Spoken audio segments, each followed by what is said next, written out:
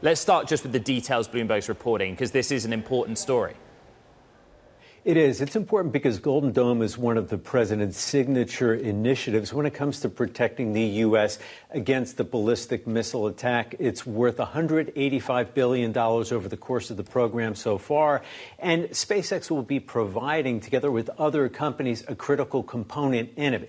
Think of it as the glue that holds all these networks together. It will be essentially the operating system that helps to govern military operations once this thing gets up off the ground. And it is an expansion of the role that SpaceX had already been playing in the project. It had been building satellites through its Starlink platform, and it had also been developing a military communications network through its Starshield technology, and that is a classified version of Starlink that offers encryption, especially for military use, Ed.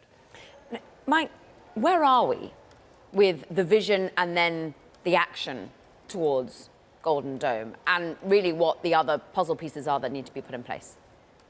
Well, Kara, if you want to think of it as a puzzle, there are still a lot of pieces to the side looking to be placed in the right spots.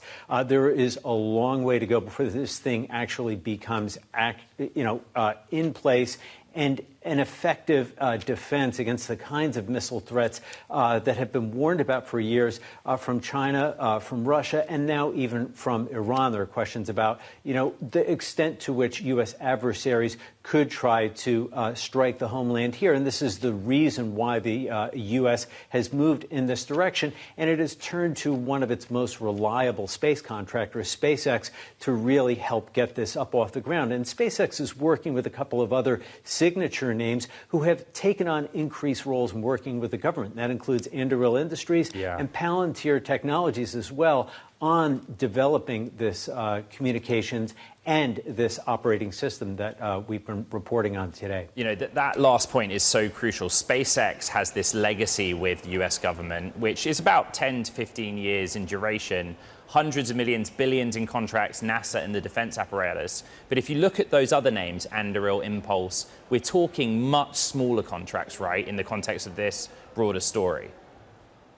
That's right. They are much smaller contracts, and yet they are part of this larger ecosystem, Ed. And when you turn the focus back to SpaceX also, we do see this company on the move. They are getting ready for an IPO later this year that could value the venture at almost $2 trillion.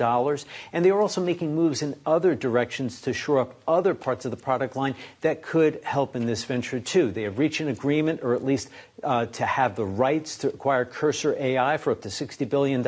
And the idea would be to use its coding and debugging ability to help the XAI segment of SpaceX in its development and advancing its products. And you could see very easily integrating those artificial intelligence capabilities as well into this kind of operating system we've just been talking about.